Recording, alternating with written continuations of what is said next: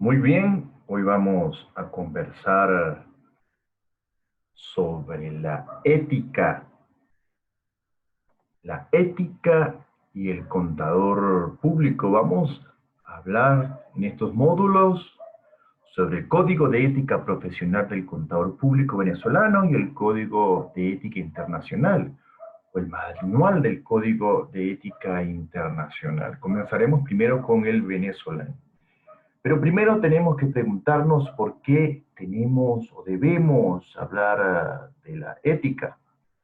Y es que la ética viene a ser el modelo referencial de la moral. Para mí es el patrón universal al que se remiten y con el que se conforman los distintos códigos morales y la praxis particular. La moral se estudia desde la perspectiva de la ética, en la que se encuentra su justificación.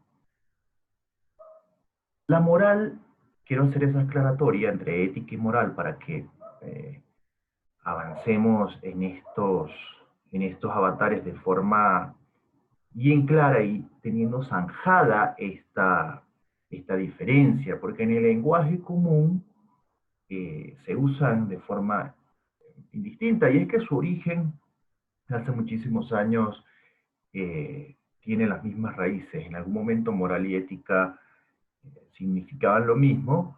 Lo que pasa es que hoy eh, la ética es la filosofía de la moral. La moral no es propiamente una ciencia, porque se reduce a una expresión normativa y perceptiva de los actos de las personas, de los actos humanos.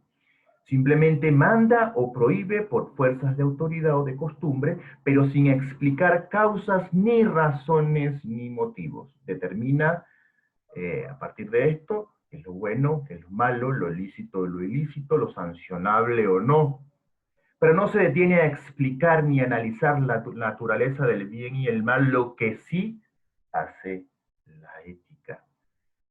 Por añadidura, diría yo, suele ser de signo negativo, pues atiende más a lo que no se puede hacer que a lo que se debe hacer. Es una opinión muy propia. Y lo que vamos a ver en este momento es un código, no de ética, a pesar de que su nombre lo indique, es un código de conducta o de moral, de lo que debe y no debe hacer un contador público en Venezuela. Es importante esto que les estoy diciendo, pues en el ejercicio de la profesión hemos abandonado la ética. La ética, para cerrar este punto, es una ciencia teórica que tiene como propósito exponer, explicar, fundamentar y dar razón del origen y naturaleza de los preceptos y leyes morales. Tiene varias características que nos vienen al cabo conversar, porque esto no es una clase de ética, aunque la ética debería ser transversal para todo el eje curricular de nuestra carrera, pero no es así, lamentablemente. No está diseñada para construir una identidad ética del contador público en la praxis. Lamentablemente lo vemos en un tema muy por encima y, y ya. ¿Y por qué es? ¿Por qué me llama la atención? Que no lo hagamos de esa forma, y es algo que para mis colegas, para mi jefe de cátedra, de jefe de departamento y demás estructuras normativas y de poder de la facultad, porque es que la ética implica decidir y el decidir convoca a la conciencia.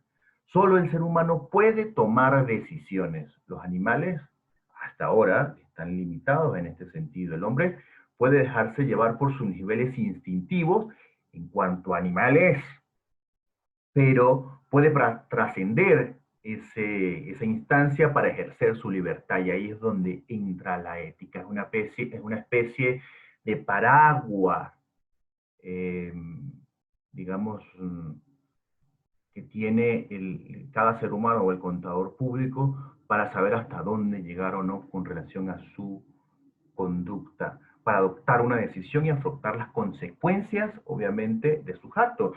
Es que los animales no tienen opción. solo reaccionan de acuerdo a un programa y no saben comportarse de otro modo. En cambio, el ser humano, el contador público independiente, como lo llama nuestro marco de referencia de trabajo para el aseguramiento,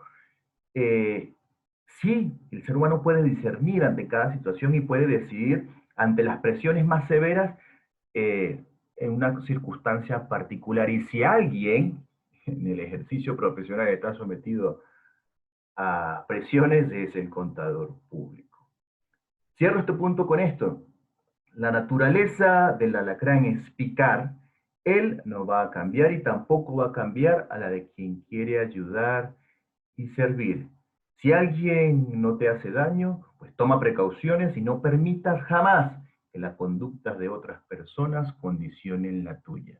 Porque otro contador público haga las cosas de forma incorrecta, no significa que nosotros también lo vamos a hacer. Y ahora, ¿qué tiene nuestro código de conducta? Vamos a ver qué tiene el código de conducta del profesional público, del contador público venezolano. Regula la conducta del contador. Vean que al principio de esta explicación yo les dije, regula conductas. No hay principios acá. No hay un principio ético relevante que me dé una guía para la acción en la praxis del ejercicio de las actuaciones profesionales. Entonces, regula la conducta del contador público en sus relaciones con el público en general, con su clientela, con sus colegas y con el gremio. Y le será aplicable cualquiera que sea la forma que revista su actividad o especialidad, tanto en el ejercicio independiente o cuando actúe como funcionario. Aquí se me falta el RIEO. Pero estamos en grabación y estamos en vivo. Un saludo a todos los que nos están escuchando hasta este momento. Espero no hacer aburrida esta clase. ¿Cuál es la diferencia entre el código de ética venezolano y el del contador público, pero lo regulado a nivel internacional, entre el manual del Código de Ética Internacional y el Código de Ética Profesional del Contador Público? Como dije empezando esta explicación, no es un código de ética, es un código de conducta. Es decir, me dice, compórtate de esta forma o de esta otra forma. No hay principios éticos relevantes, como sí lo tiene, cuando veamos luego de esta clase, el Manual de Ética Internacional, el Código de Ética Internacional. Obviamente, como es venezolano, tiene consideraciones asociadas al contexto venezolano, es decir, está muy aplicado a lo nuestro. Y acá algo importante, que no hay diferencias entre el ejercicio dependiente e independiente de la profesión, el cual sí plantea el Manual del Código de Ética Internacional. Pienso que deberíamos tener un match entre el Código Internacional y el local, pero estos temas normativos y federativos, del cual podemos apoyarnos en la clase del profesor Elisaúl, debiéramos terminarlos de discernir. Porque yo soy de los que piensan, en honor a la verdad, que nosotros tenemos que tener una normativa propia, no internacional. Pero bueno, muy bien. Sigamos acá. Entonces, ¿qué tiene este código de ética? Que no se llama código de ética, sino de conducta. Tiene lo siguiente. Tiene disposiciones generales, tiene deberes del contador público con sus clientes, tiene deberes del contador público con sus colegas, con el gremio, también plantea las infracciones, las sanciones y las disposiciones transitorias.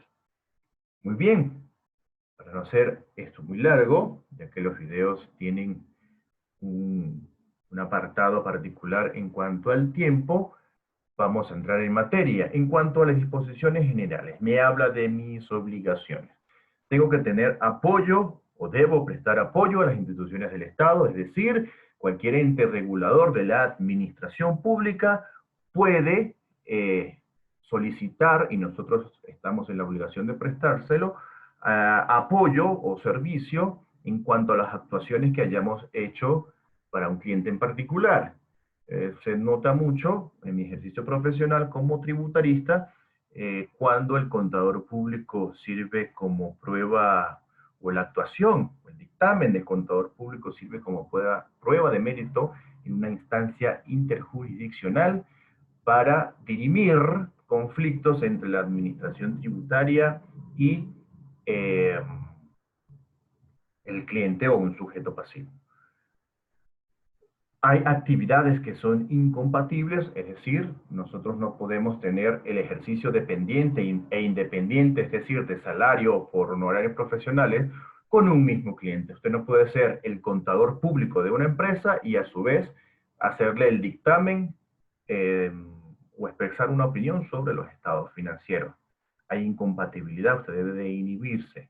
También tenemos que usted no puede afectar la reputación de otro contador público, bien sea por vía de la actuación, omisión, oral o escrita.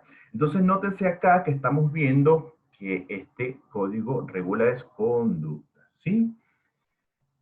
Esto lo encuentran en el Google Drive, que en el caso de la sección de la profesora Norca Villori y Juan Carlos Pacheco, en la sección del Google Drive, en Classroom, en el caso de la sección del profesor Jorge Bastidas, quien les habla, en su canal de Telegram. También es una obligación prestar juramento solemne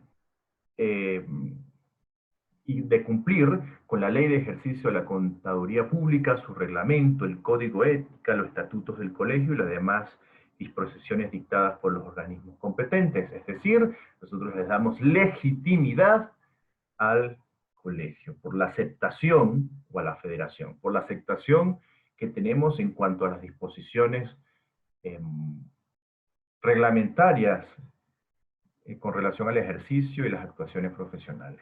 El acto de juramentación será celebrado en la sede institucional del gremio. Una vez que ustedes se gradúen, deben inscribirse en el colegio y jurar ante el gremio. Usted va a tener una conducta ética en el ejercicio o en sus actuaciones profesionales. El contador público está obligado a denunciar ante el tribunal disciplinario correspondiente cualquier conducta no ética. Y a mí me gusta mucho eso, lo viví cuando estaba empezando mi profesión.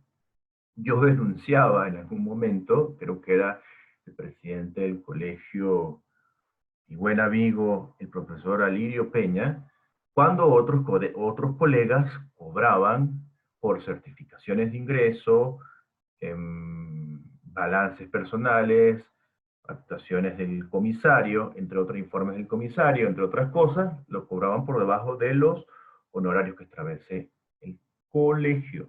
Había una competencia desleal. ¿Qué otro deber establece? Tenemos deberes con los clientes. Hablemos rápidamente de eso, de los 4 deberes principales que yo traje para acá. Recuerden que este código está en el Classroom o en el canal de Telegram.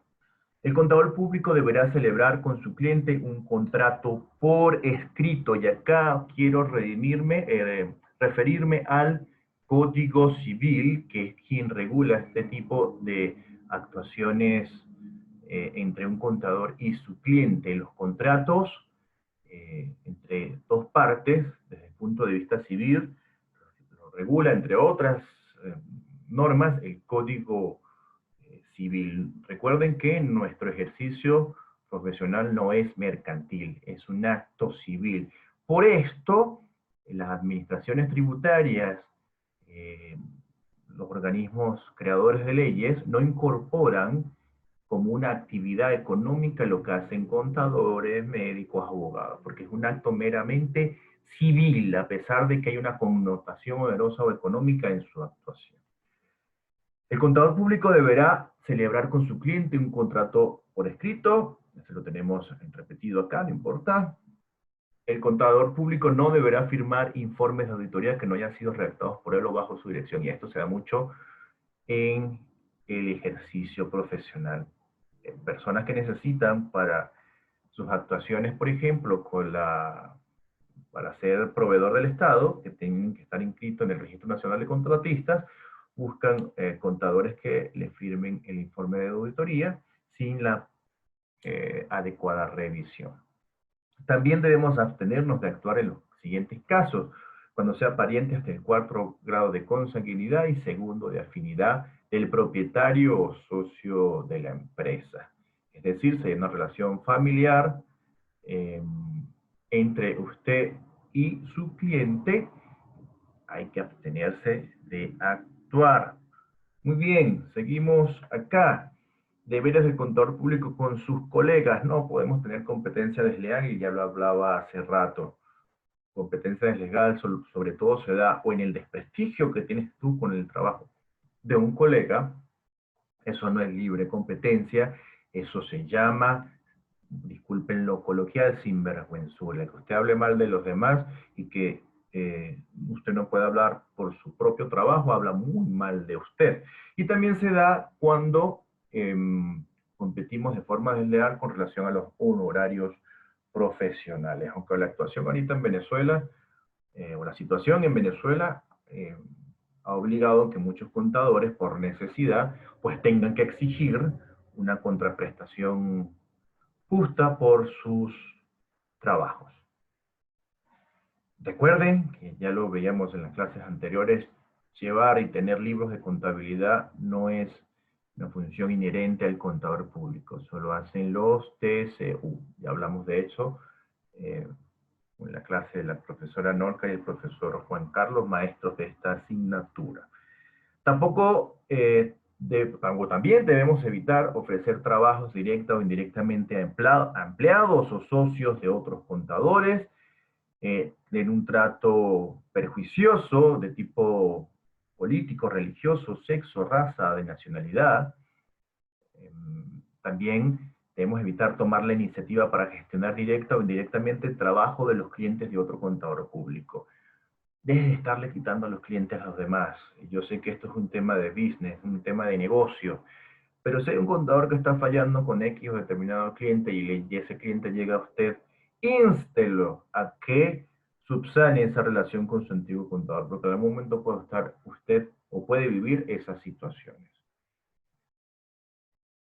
Muy bien. Otro de los deberes que tenemos es con el gremio. Y quiero, o traje para ustedes estos 6 puntos.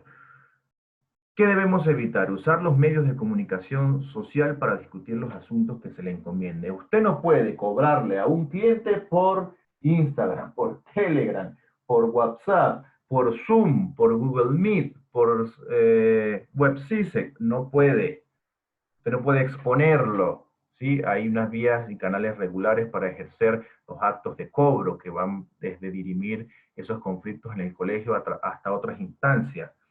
Pero someter al escarnio público los asuntos internos viola un principio ético relevante, un valor que debe tener el contador público, que es la confidencialidad en el trabajo. Muy bien. Usted, con relación a la publicidad del contador público, pues se limitará a la mención de su nombre, especialidad, dirección de la firma, teléfono y apartado postal. He visto con preocupación, ¿verdad? He visto con preocupación cómo en nuestras cuentas de Instagram muchos colegas postean pues, prácticamente que son unos magos financieros y tributarios.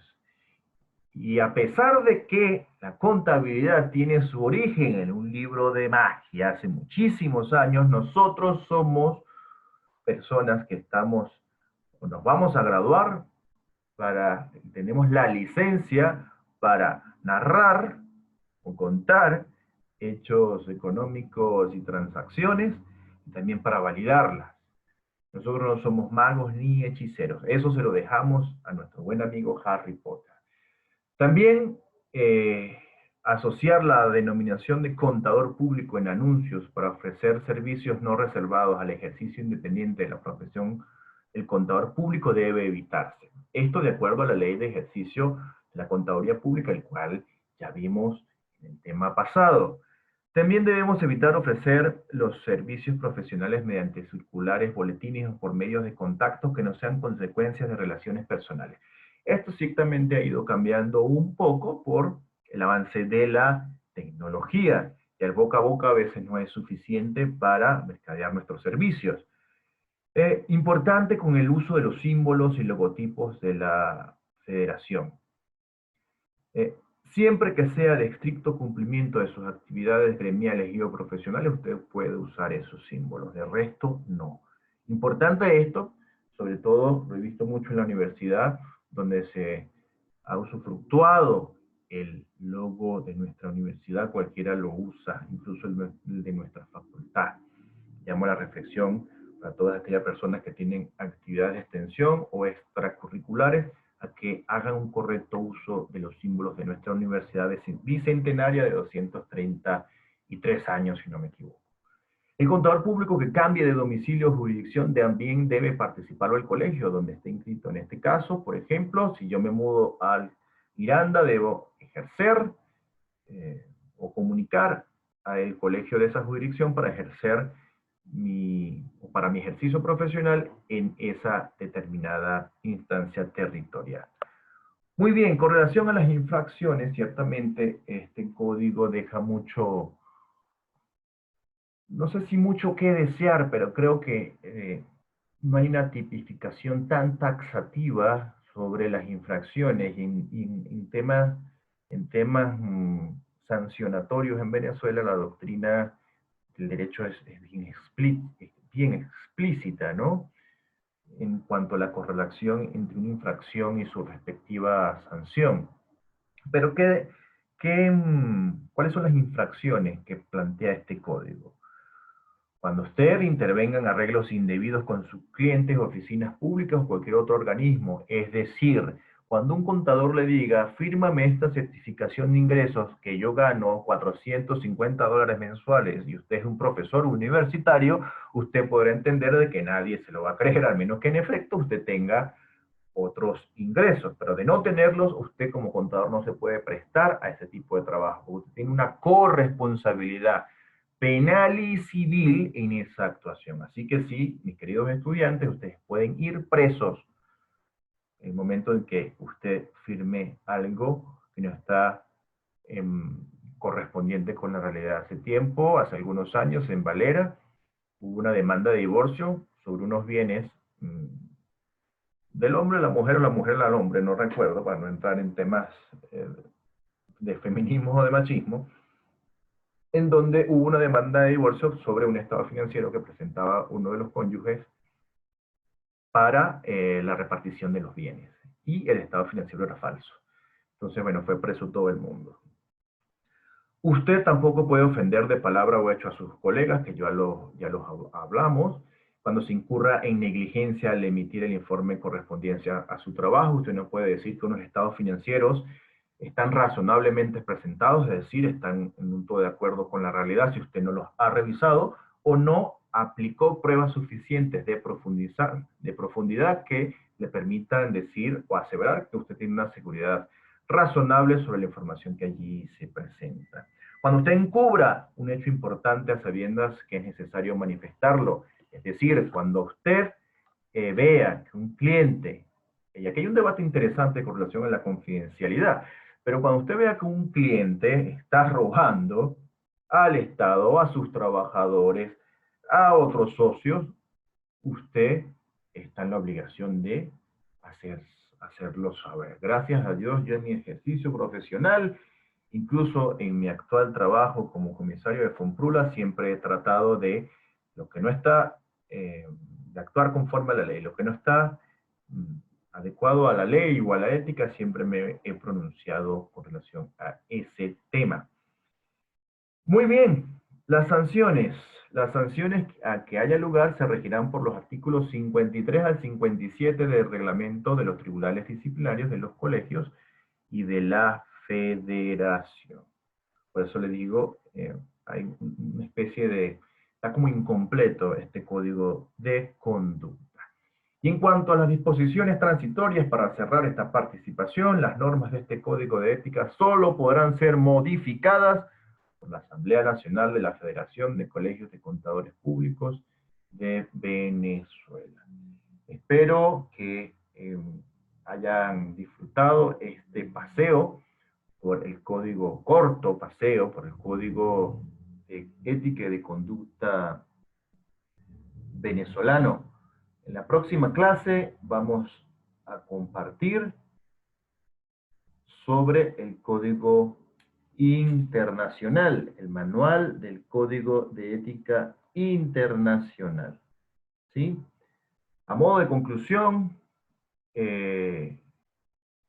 puedo decir que siendo el conocimiento un bien en sí mismo, a nosotros como contadores públicos no nos está permitido ausentarnos del debate y del acto de crear saberes. Y es necesario para nosotros, también ustedes como estudiantes y nosotros como docentes, participar en la construcción del conocimiento. Recuerden que, como dijo nuestro buen amigo Martin Heidegger, filósofo alemán, el mejor filósofo o el gran filósofo del siglo XX, somos posibilidad. Nos vemos en el siguiente video. Muchísimas gracias por su atención.